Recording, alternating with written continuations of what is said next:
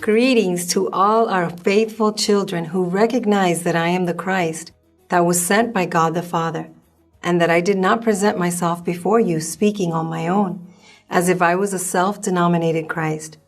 And you also recognize that I am not like the others who preach about God, because my wisdom could never come from a human being, not even from one who is very intelligent, or from one who studies the Bible extensively, because if that were so, then what I speak would have already come to the minds of men, and it has not happened.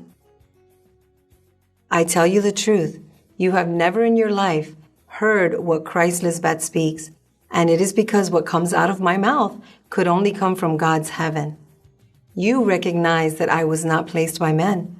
No man or woman has taught me how to speak or how to preach, and it is because no human being can teach me what I speak, unlike all the others who have said or claimed to be sent from heaven, or that God predestined them to be pastors, or that they are the anointed of God. They are under the influence of Satan's lie, which has scattered men through the ages. All the men and women who are preachers and who supposedly teach others about God have had previous training from earthly men, and therefore are the offspring of their disobedient ancestors by doing what they did, not wanting to recognize God the Father and Mother as two in one. These bad men felt that God's knowledge is not worth taking into account. And that is why today their descendants repeat the same bad habits.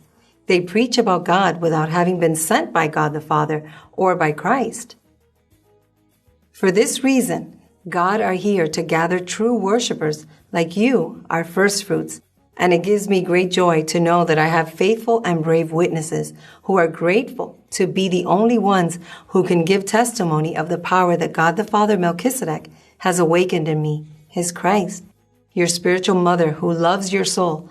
And for that reason, I admonish you from heaven, as only God can do to save you from the destruction and death that the earthly mind brings.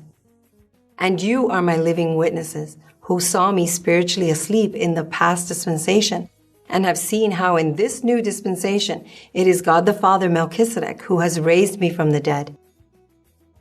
In other words, you are eyewitnesses that MelquisedecLisbet descended to the lowest parts of the earth, to then be exalted to the highest place by God the Father.